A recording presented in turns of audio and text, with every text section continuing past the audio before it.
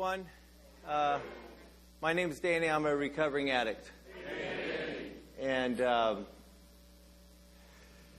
I'm excited. I'm excited to be here tonight to express my gratitude.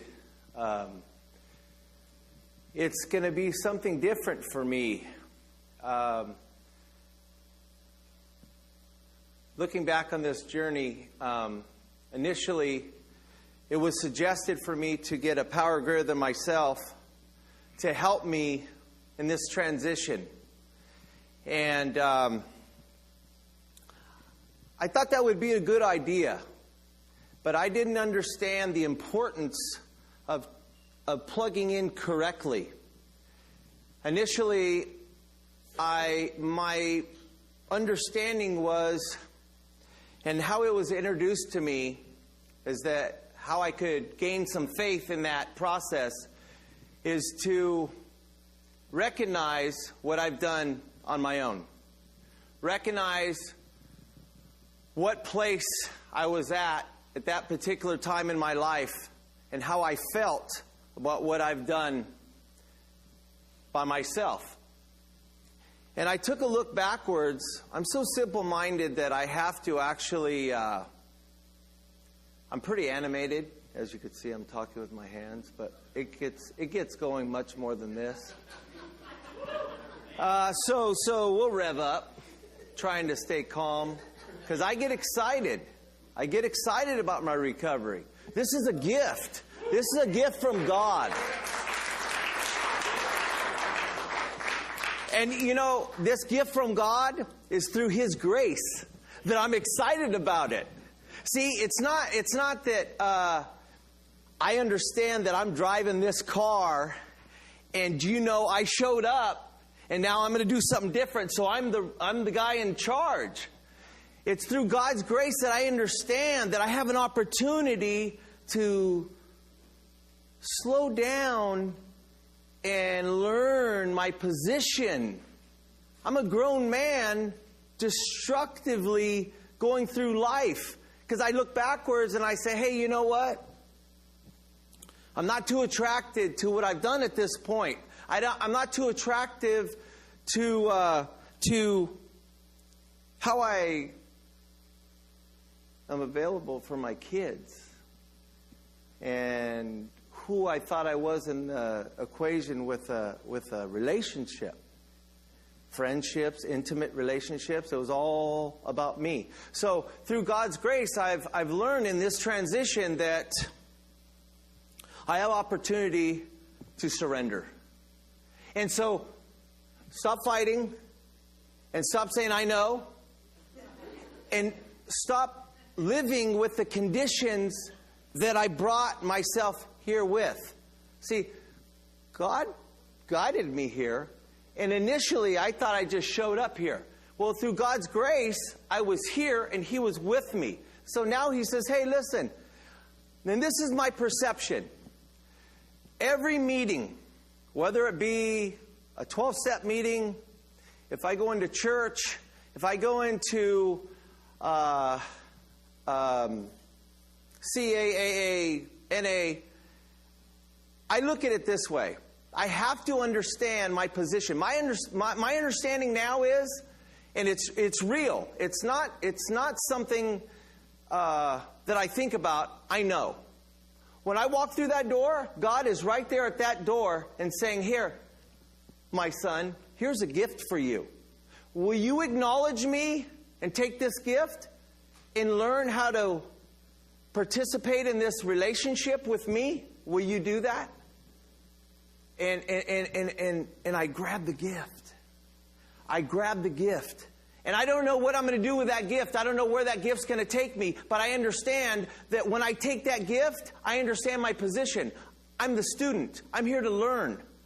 I'm here to learn, and I'm here to work on character development.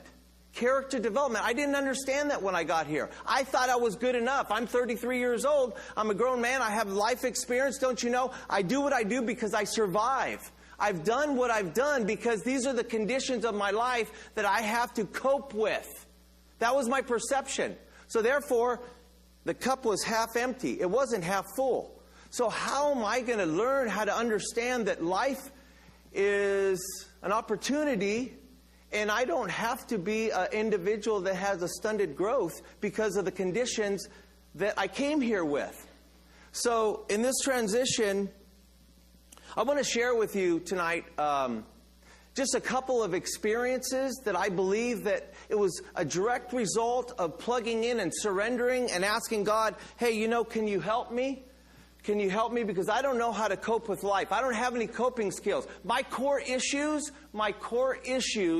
were a few, but the one that I identify with that has so much power that brought me here, that I wanted to stuff all the time, that I didn't want to recognize, and I didn't want to recognize this feeling and walk forward through it, and I wanted to suppress it and walk around it and I was the guy, in the introduction, it says, we're here in this particular place to learn how to drop those masks. I had a backpack of masks when I came in here.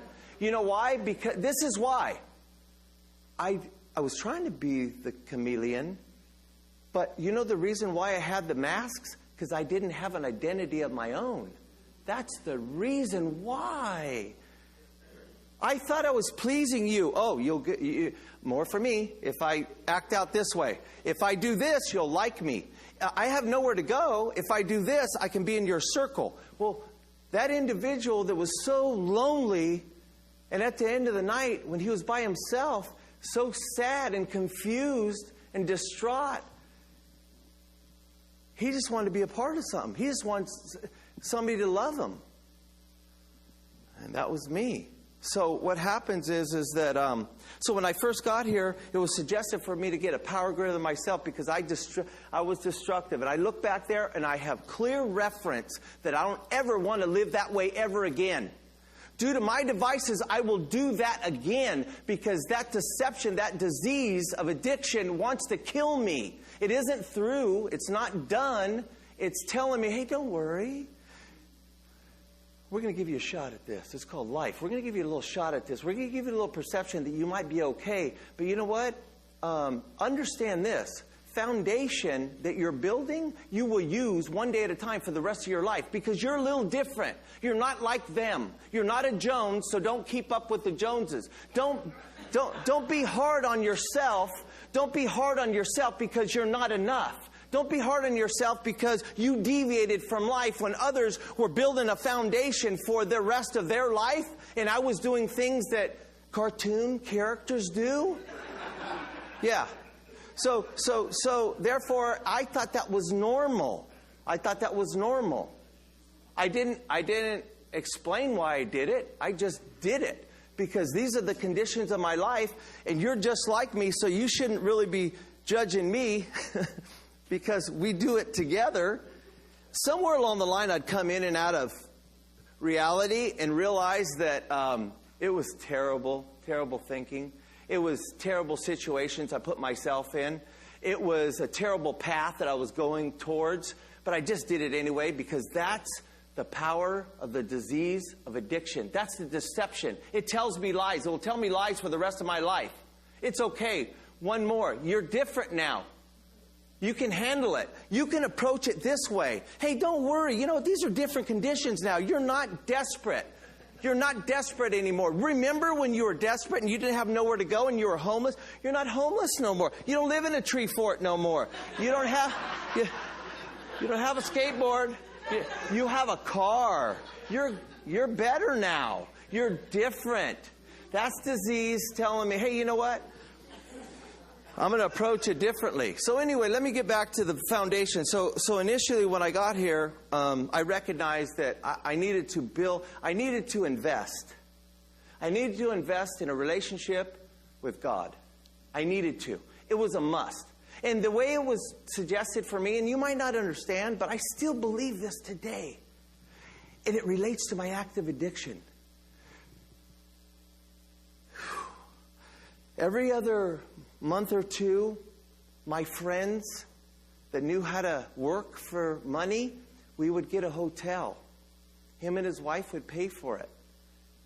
I would be in the car, and when they got their key, I would come in. And we would take showers every other month. We would sleep in a bed. And only one night every other month. And I remember these hotels that we went to. And I relate it to this way. Sometimes we would try to use electricity. And sometimes the outlets were burnt out. They're black around there, or they weren't, and you try to plug them in. Nothing, it doesn't work. So when somebody suggested for me, it's a subtle command. Hey, you know what? I believe that you didn't do too well for yourself, and there might be somebody or something that needs to lead you, and that's God. And it's introduced initially in this transition because new in recovery, we might be scared if somebody says, hey, I think you need Jesus, or I think you need God in your life.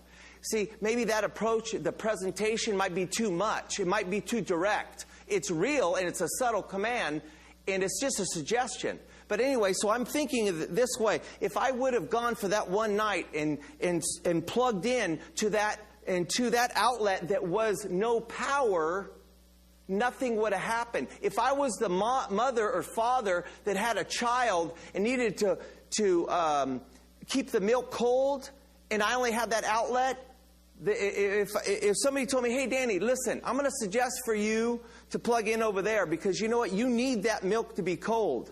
And I said, you know what? Hey, I've been doing it. I'm a grown man. I'm going to plug in over there because it's more convenient for me. It's closer to where I'm going to sleep. So I'm going to do it my way. Hey, thanks for your opinion. I appreciate you, but I'm going to go ahead and lead this. I'm going to lead it by myself because I've been doing this. I'm a grown man. So I'm going to go ahead and do what I did before. Thank you. And what I'm doing is I'm blocking the blessing. I'm blocking the blessing because you know what? I'm so full of me and I'm so fearful of allowing something or someone to direct me, and I'm so scared of being left by myself that I don't have the courage to surrender to the winning side.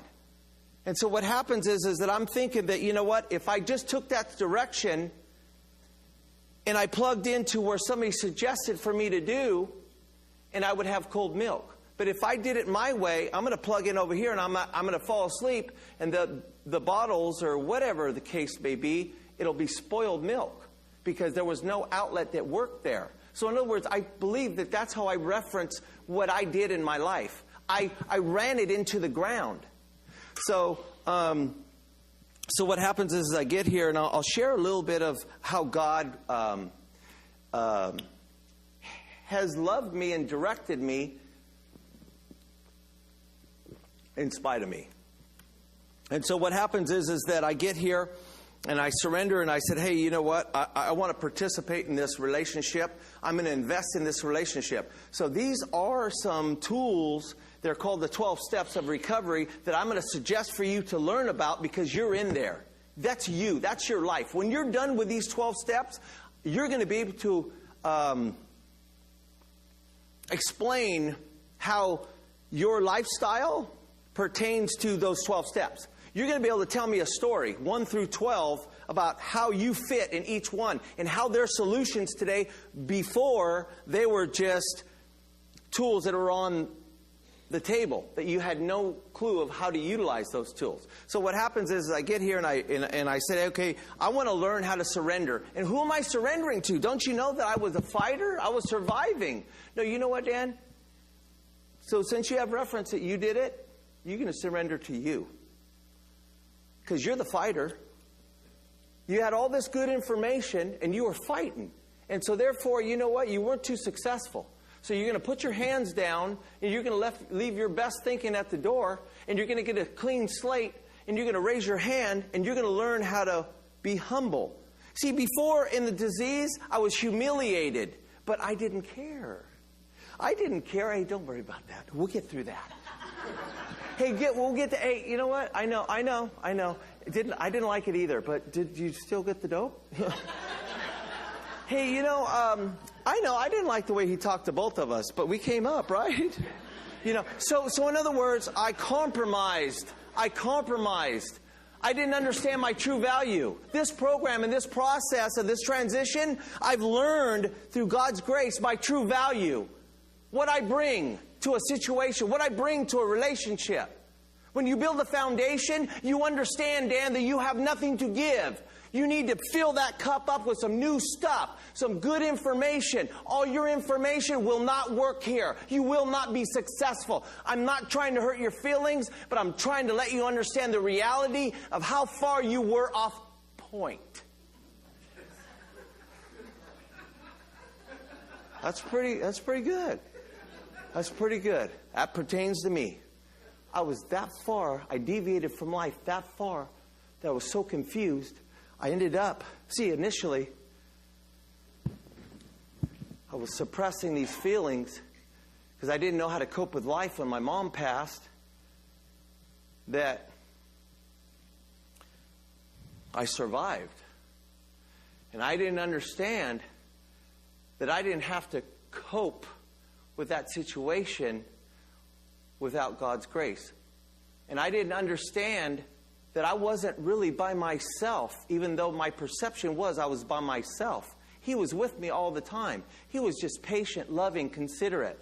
He had empathy for me, in spite of me, what I did. So when I got here, I learned a little bit about surrendering to me, getting more of God in the equation, less of me. Things would be a little bit more calm, a little bit more serene. I would have some serenity as others had. See, initially I had to identify, too, what the core issues, too. I wasn't willing to work for mine. I wanted yours.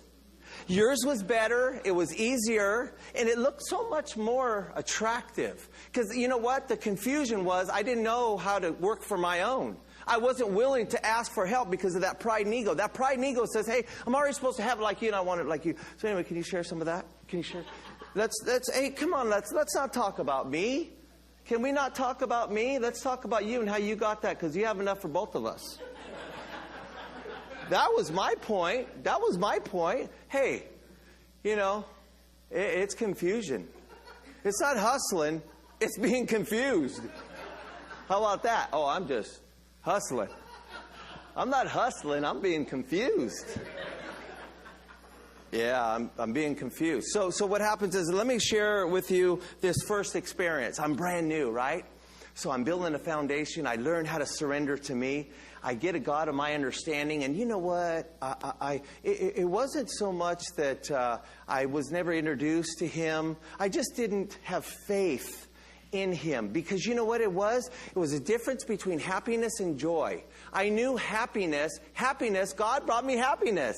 Look at He did. He did this. And it's a good condition, so therefore it worked my way, so God is there. That was before. Now I understand it is not a sad evening at the end of my day in my own skin.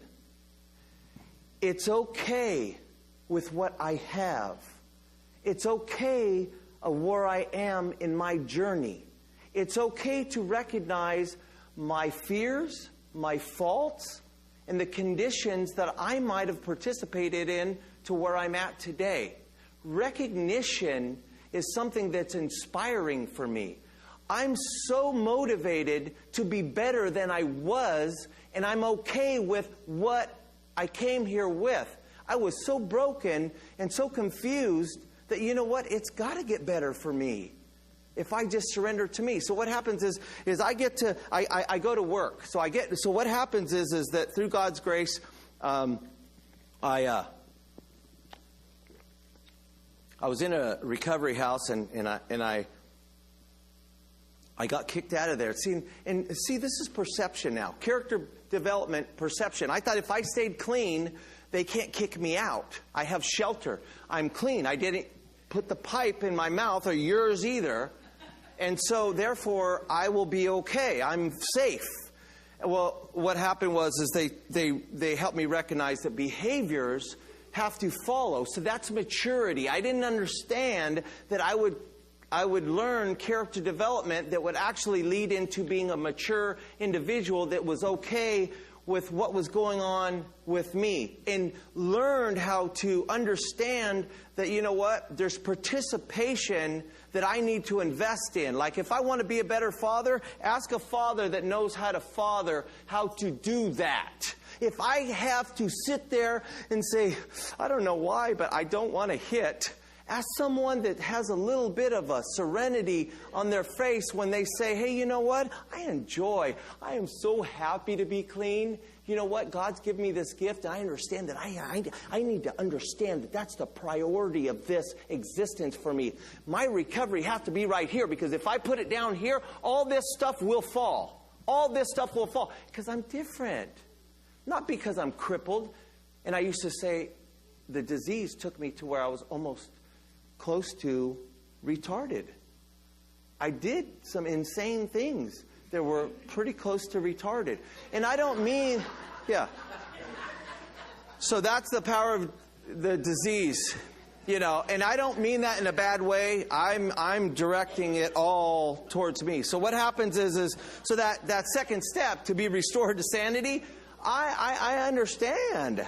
I understand. I can't say, well, let me reference that to how many times did they pick me up and put me in a complete jacket to where I No, it's not that. I put myself in situations, my drive, my experience, my motivation was to do something incorrect. And that is because the disease had me fooled. I had no say-so. So I have to understand for the rest of my life, I will not have any say-so. I will not be able to make decisions on my own. The disease of addiction will do that for me. And I am sorry. I'm not going to be that person anymore. I'm not. So what happens is, let me share with you how through God's grace, He showed me His presence. He showed me His presence. And so what happens is that I'm in recovery. I'm working at this job that somebody helped me get, and I'm sponsoring this gentleman now. So I'm working the steps. I'm loving life. I have a foundation built. I understand it's okay to revert back to it. Doesn't matter how long and how many years you have, but you always, if you've built a foundation, so understand what we're doing today. It will be a reflection to come back to in reference to what we did is in work. We can't just exist here and get 5 years and go back to no foundation. We'll fall through like those holes. You know those holes where people go in the hole and then they don't know where they... We didn't know. Last week it was fine. This week, everybody, the house is gone. So yeah, it's like that. So we have to work now. We have to work now on this foundation. I think, yep, I can step there. You know, right now, today... So I have to understand if I'm participating in my recovery today, because I might have to go back to that tool because it worked then. And it correlates for safety for the rest of my life. So anyway, so I'm sponsoring this guy. And what happens is the function is that we work in, we're movers. And this line driver comes from Texas, and he meets us.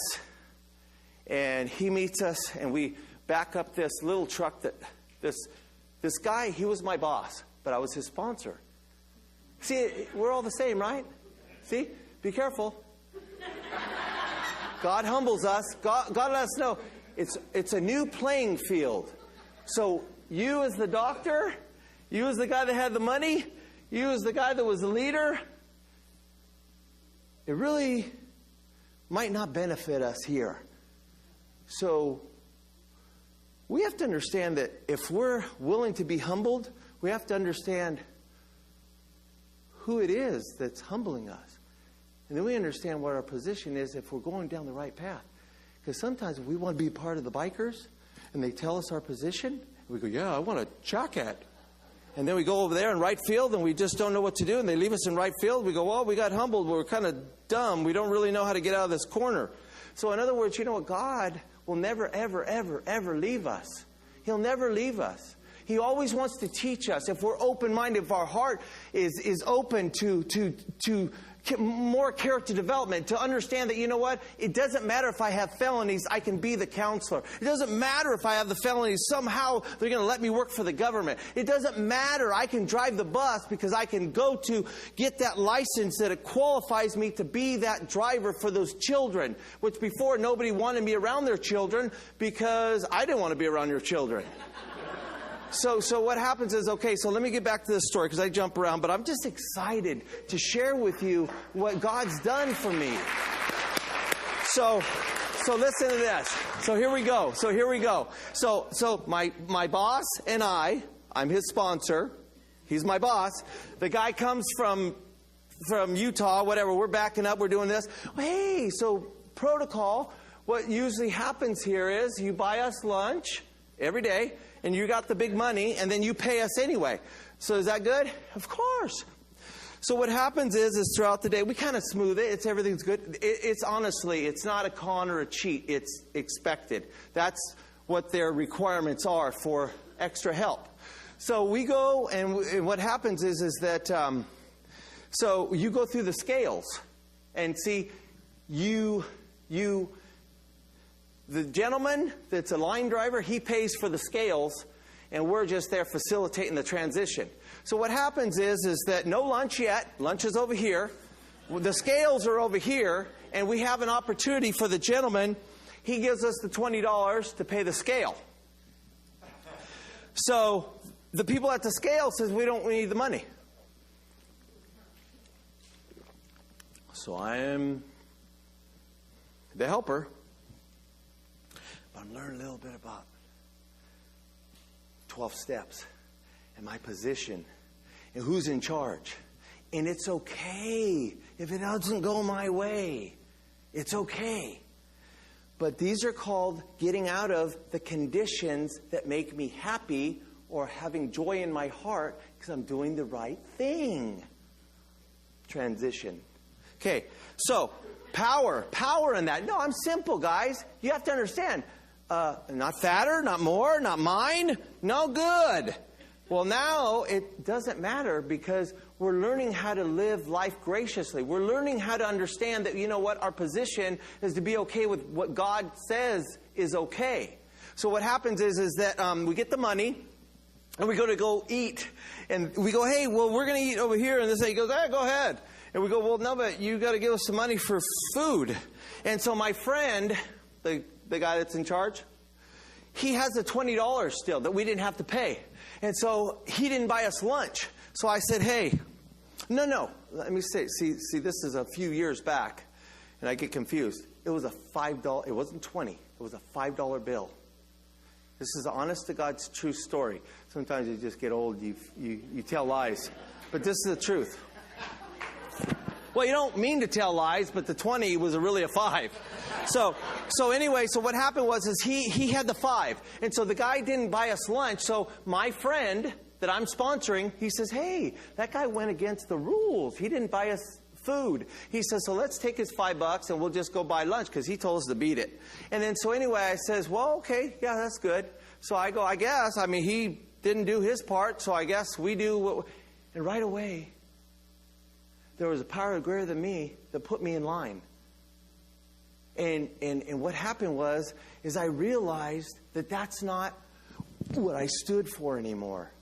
I didn't stand for that. I didn't want to manipulate the outcome, and I didn't want to be the guy that was deceitful, and I didn't want to be the guy that did anything he needed to do to gain more. So, there's a battle, right? And it's up here. So I had to get out of there, simple guy. Got to get out of here and put these down and surrender to me because I'm fighting up there with it. Because this guy told me, yeah. And I could be in bad company and tell him, yeah, you're right. So you know what I did? I said, look, I don't even know. Yes, I do. I said, I don't even know. Yes, I do. Where this came from. I said, listen, I'm learning a new way of life. I'm supposed to be directing you. I know exactly what we need to do. And I'm going to ask you to have confidence that I'm going to direct you correctly. Not in me and who I am and who you've seen before and all that stuff. This guy didn't know me outside of being clean. So it wasn't so much destructive behavior, but he had no knowledge of what I was trying to say and put trust in. And so what happened was I said, look, even though he didn't buy us lunch, I think that we should give the money back because it's not ours. Because it's not ours. It didn't matter if they took it or not. The money is not ours. And God told me that this is not good direction to co-sign that behavior. And so this is new for me, but I stand firm on telling you this. And, there was just so much joy that I was willing to participate in a different fashion.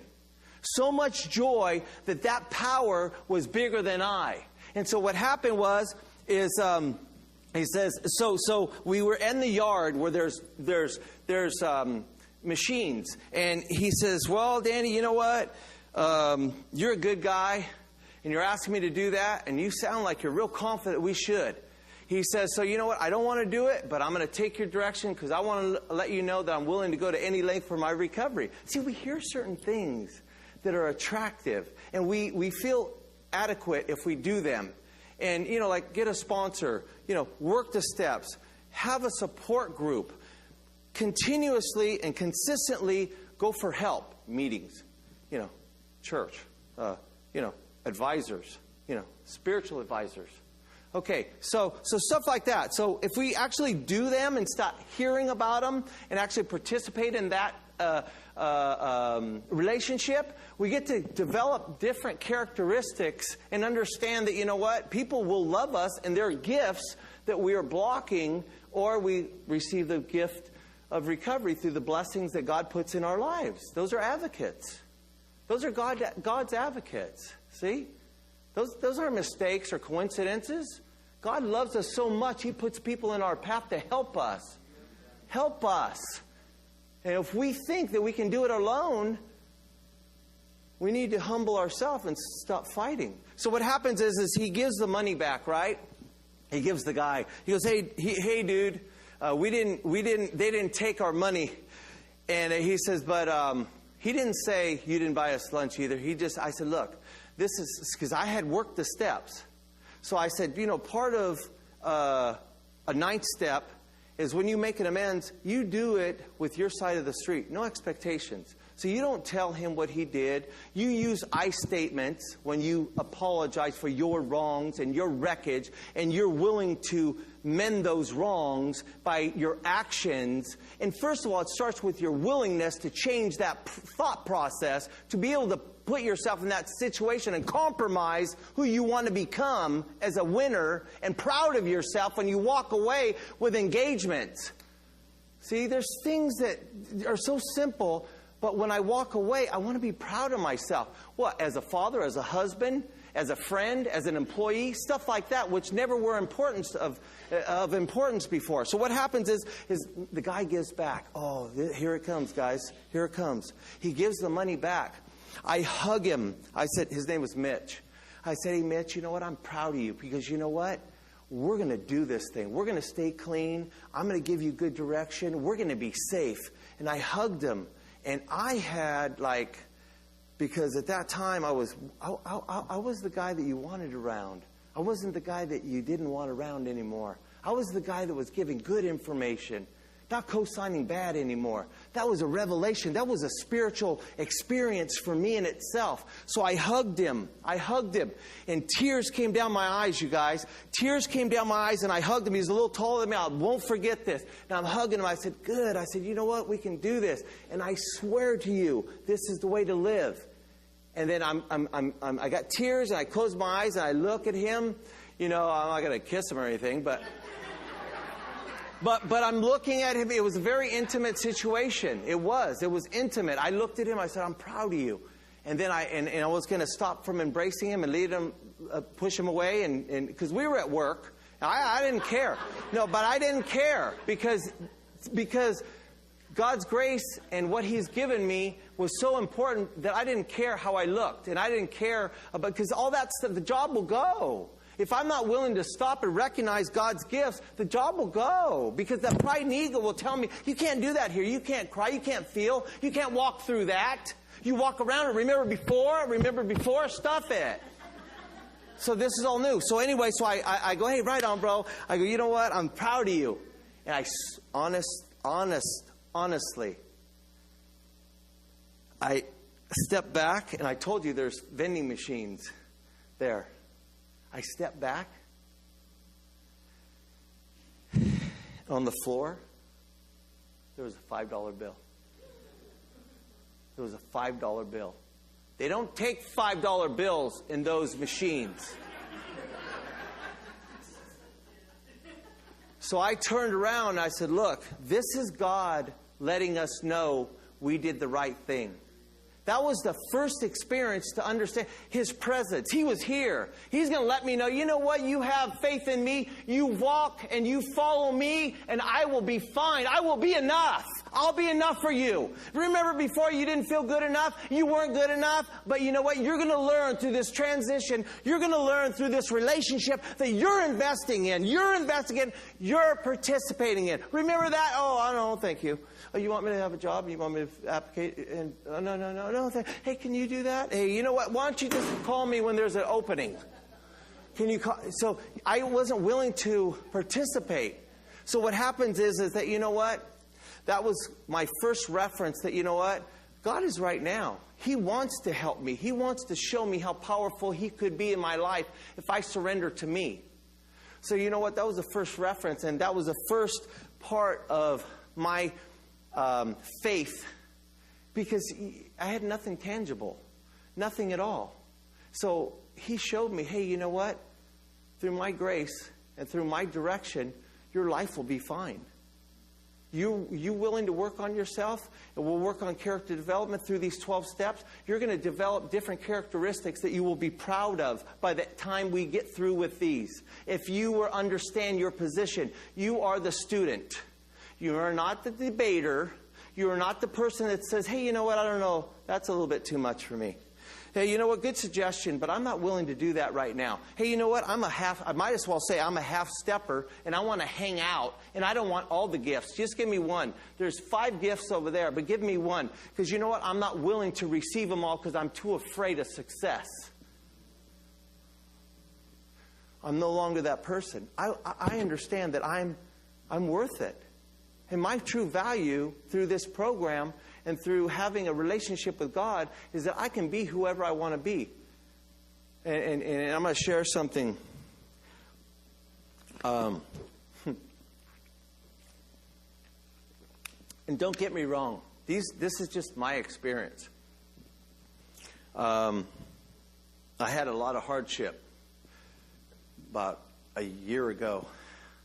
And I called Daryl and I said, Daryl, I said, hey, you know, I know my position and I know what I got to do. And you just be the example for your kids and you don't lay on the couch. If you tell your kids we can't allow you to do that because we don't have enough money, they want to know why. And if I'm on the couch and they know I'm on the couch not doing the best I can, it's going to make sense that, you know, well, we don't because, you know, this is just how we are. Well, you know what? I was telling Daryl, I said, this is why I do this, and this is why I do this, and this is why my wife does this. And you know what? It's going to be fine. And you know what? You told me I can pray for specifics. You told me that He's so powerful in your life, and His timing is so correct, you can pray for what you need. And you don't have to be embarrassed about that. And so I'll just share this. I went and I called him after. I went to my P.O. box, and I was financially troubled. And I went to my P.O. box where all the bills come. And there was a check for like, I don't know. I never had like more than $30. This is a check for like 30,000 of them. And so what happens is that's a gift. That's a gift from God. God's grace that says, hey, you know what? You have faith enough in me that, you know what? I understand your trials, but I understand that you're persevering. So you know what? It was through a situation that just wasn't, it was a sad situation. I didn't realize, but my aunt, she passed, and I didn't know. I wasn't really, because I was little Danny that nobody wanted around. So I didn't know that I was going to be involved in something that she left behind. And now my wife and I, we have a photo booth business that is, we're better than the taco truck. They pay us more than the taco truck guys to be there. And they feed us, they give us money. It's incredible. But still to this day, I realize through God's grace that happened for us. I didn't do nothing to get that. I didn't have anything to do with that. I'm not the big guy in the room. God just graced us with that in His presence and let me understand that, you keep on going forward. Things will happen for you if you do the right thing and you have faith that you're doing the right thing. Don't cut corners. So anyway, I'm going to share maybe one or two more things. I think that's it. So listen. I'm going to share with you how I cut the fat now. I don't even know what I'm going to say, but something happened to me 2 days ago. Listen to this, you guys. Okay, no. So we built the foundation in 96. Haven't used since. So I have 20 years March 4th. 20 years, okay? Yay! Yeah! I love it. But listen, why I'm here. This is why I'm here. So I send a text. I'm going to speak at a spiritual 12-step. Because, sometimes people are just so politically correct. Is it NA? Is it AA? I'm not going there. I said, you know what? This is for mature people that have spirituality in their life. And they're excited about what God's done. And they understand that they're in the equation, but they're not leading anymore. And God is. I said, so you know what? If you love me enough, come. If not, then that's okay. The reason I need you to understand, just like when I suggest things now, my purpose for this is to show the excitement for my gift. I'm excited 20 years later for my gift. So therefore, I get on the phone and I don't waste time, but I express my gratitude towards what God has done for me. And I want you to hear that through what I speak out, not through what I've done. So what happens is that somebody replies, hey, you know what?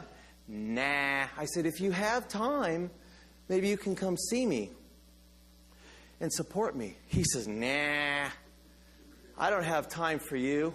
And it hurt my feelings. It hurt my feelings. See, before I'd say, hey, you know what? That wasn't nice, or, directed it towards him, or maybe swear about the situation. Now I say, hey, you know what? It hurt my feelings. See, now I learn how to identify what's right in front of me and walk through it. My feelings were hurt. It's okay. Where are your tools? Do you understand what's going on? The reason why I tell you I need to still be here is because I lost my focus. I lost my focus. So what happens is I text him back and I says, hey, you have a nice, that's okay. You have a nice day. But I didn't do it because I was confused. I never have been a bully. I never did anything to him. See, but I didn't understand that that's his business. If he don't like me, that's his business. If he doesn't want to support me, that's his business. It's not my business, and it's not a reflection of what I've done, but I took it on. So I say, hey, come on in. Come on in. So what I did was, hey, you know what? You gave me a $50. You got $50 worth of space. Go on in there. So what I did was I recognized, so I did good for a minute. So this is the transition, and this is why I keep on working steps and understand my position. And God humbles me and He teaches me. And I understand today, I'm not 20 years clean and I'm the sponsor. I'm 20 years clean and I'm the student. I'm the student. So what happens is that I text him back. I said, that's okay. You have a nice day. He says, hey, take me off the text And like that. And I says, and so there you go. I have an opportunity to surrender to me or put them up. And what I did was I responded, okay, pal. Little things like that could trigger old behaviors. He says, I'm not your pal. So you know what? This guy that's in recovery, that hasn't recovered, that's in recovery and is the student, I call him back and I was confused and I was hurt. And I said, hey, I didn't understand. Hey, I don't have time right now. I'm going to hang up. And you know what I did? I need to let you understand why I'm here. I said, oh, you sissy. So I was so angry at him. So listen. So I did. So I'm not there yet, right? Definitely not there yet. So me spiritually fit, me recognizing that it's not my stuff, me understanding that he might have a bad day, and maybe I can be the advocate or for the experience that the person that got his feelings hurt or got talked to wrong says, hey, you know what? You have a nice day, and I really mean that. I don't mean that like pal, like I did, but you know, I hope it gets better for you. And what I did is I internally got so upset at him for about 7 minutes. I mean, I wanted, he hung up, I hung up. I was praying to this same God. Have him call me, please, so I can meet him. Please have him call me and ask where I am at so I can meet him. And so that's why I'm here. And I don't get like that. I don't get like that. That's the disease telling me, hey, you know what? I'm not going to smoke with you, and I'm not going to tell you it's a good idea. Matter of fact, you're an advocate for others. You are the example when they say they want to get loaded, but when behaviors come, hey, I got you. Hey, I snuck in. The devil snuck in. Hey, you know what? That negativity is always there. It's waiting for me to just think I'm confident. Hey, you know what? You're right. We shouldn't get loaded. But you know what? I'm going to tell you what, big shot. I'm going to go ahead and go this angle and give you some little behaviors that I want you to practice. I want you to identify some triggers that you still need to work on. So you know what I did right then and there? I called Daryl. I called my sponsor. Daryl's my spiritual advisor because I need spiritual growth. I need food. I need individuals that tell me, hey, you know what? I love you enough to tell you the truth. I love you enough to tell you the truth, and my presentation is with consideration. I don't have to talk down to you. We have those leaders out there. We don't have to have someone that's up here that we want to be like them. We want to learn how to be like us with their experience. That's what we want to do. So again, we're all the same. So be careful. Be careful who you're running after. Be careful who you're running after. Everybody doesn't always applaud us and want the best for us. So we have to be open-minded and understand that, you know what, just like in the disease when everybody said they were going to do our drug of choice and there was nothing there, and we go, oh, it's a hoax, forget it. Well, you know what, over here we have to research. You know what, when we want to go have coffee, maybe spend 5 minutes after a meeting before coffee. And then if you want to go somewhere in a long haul, with someone have coffee before that long haul. Before you have someone at your house, go to that long haul and see how they act longer than 10 minutes, or before the meeting or after the meeting. See what their focus is, what their objective is, what they want to do. Hey, you know what? I want to talk to you a little bit about God. Hey, I want to talk to you a little bit about understanding that, you know what? I need to humble myself and understand that my kids will never meet my expectations, so I need to learn how to meet them where they are. And somebody said, huh? What do you mean? Hey, you know what? I whoop them. Oh, you whoop them? Oh, you mean, oh, you're the boss?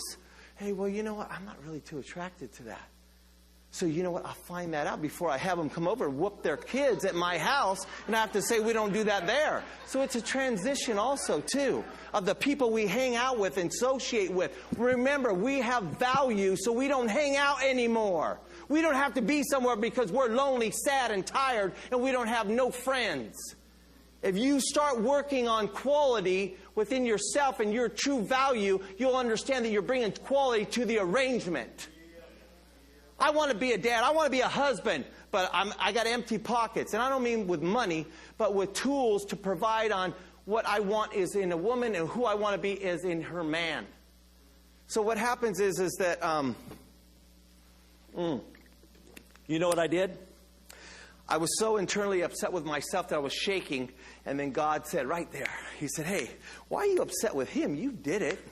You fell short. You didn't use your tools. You talk so much about having your tools available and not putting them in the shed or not bringing them with you when you do a step. I did step 2. Now I'm on step 3. No, I took step 2's tools and principles with me to 3. So I live this program internally. So I can identify what happens to be a solution because it references to that certain particular step that I surrender to me and get involved with the solution there.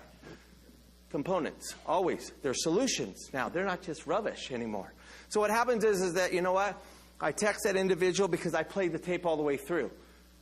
You can't talk to people that way. And I was going to do a 10-step that night. I couldn't even sit in my skin to do a 10-step that evening. I had to call him an hour later, and I told my wife, I said, I was so upset. I said, honey, I never get this way. I need to see him. I need to see him. He hurt my feelings. I've nothing but helped him.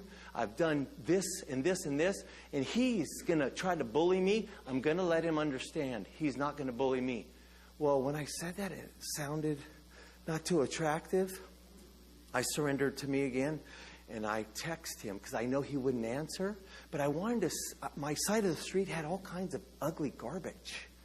I wasn't responsible for what that next engagement was. I was responsible for my side of the street. I need to clean it. So what I did was I texted him back and I said, I am sorry. I apologize. I didn't say I'm sorry. I apologize. I should have never talked to you that way. And I left it at that.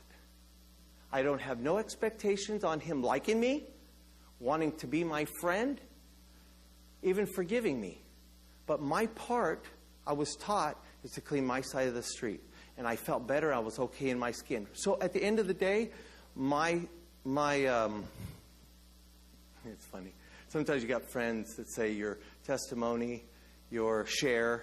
One friend says your pitch. Go give them your pitch. My pitch is, at the end of the day, if we're working internally on the inside job, we're going to be okay at the end of the night.